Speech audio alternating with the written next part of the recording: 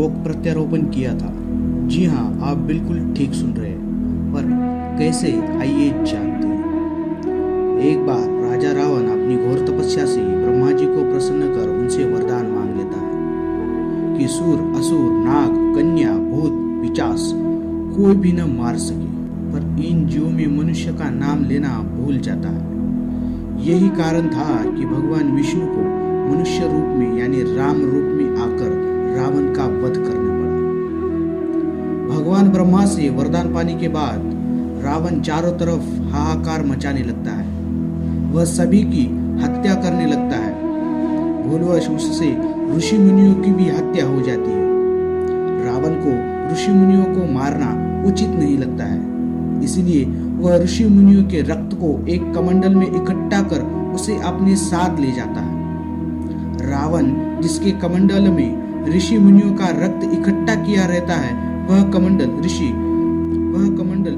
ग्रसमद ऋषि का होता है। वे चाहते थे कि माँ लक्ष्मी स्वयं उनके घर में पुत्र के रूप में जन्म ले, इसलिए माँ लक्ष्मी को प्रसन्न करने के लिए वे प्रतिदिन कुश के अग्रभाग से कमंडल में मंत्र उच्चारण के साथ दूध की बूंदें डालते थे। रावण इसी स्थान पर ऋषि मुनियों का वध किया था। ग्रसमद ऋषि के कमंडल में उन ऋषियों के रक्त को एकत्रित कर लेता है। एकत्रित रक्त के कमंडल को रावण लंका में ले जाता है और अपनी पत्नी मंदोदरी को सुरक्षित रखने के लिए देता है और कहता है कि ये कमंडल विषैले रक्त से भरा हुआ है, इसे संभाल कर रखना, इसे किसी को देना मत। ऐसा कहने के बाद रावण सह्याद्री पर्वत पर विहार के लिए चला जाता है। स्वयं की इस तरह उपेक्षा कर रावण का विहार करने चले जाना मंदोदरी को अच्छा नहीं लगा और वह क्रोध के वश में आकर कमंडल के रक्त को विष समझकर पी जाती है। उनको पीने के बाद मंदोदरी की मृत्यु तो नहीं होती, लेकिन कुछ दिन बाद वह गर्भवती हो जाती है। मंदोदरी को जब इस बात का पता चलता है तो वह बहुत ही घबरा जाती है। उसे लगता है कि अन्य लोगों को इसके बारे में पता नहीं चलना चाहिए। वह अपनी पवित्रता पर कोई भी प्रश्न नहीं चाहती थी।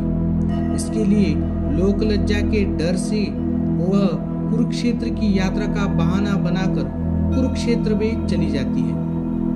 वहां जाने के बाद अपने भ्रूण को एक कलश में रख जमीन में दफना देती है। वही भ्रूण परिपक्व होकर एक बालिका के रूप में विकसित होता है।